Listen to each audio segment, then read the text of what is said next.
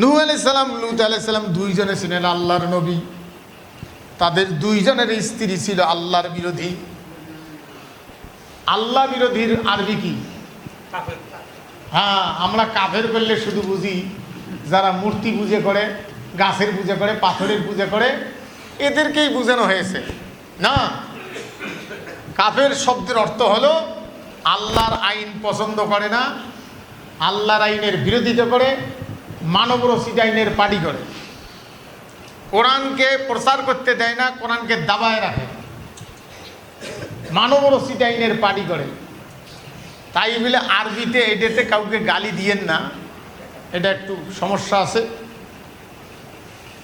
তো এখন মূল কথা হলো যারা আল্লাহর আদর্শের বিরোধী, এটা পছন্দ করে না, এই লোকগুলা আরবিতে কি বলুন? কাফের। নূহ আলাইহিস সালামের স্ত্রী, লূত আলাইহিস সালামের স্ত্রী দুইজনে ছিল আল্লাহ বিরোধী নবী, তারা দুইজন।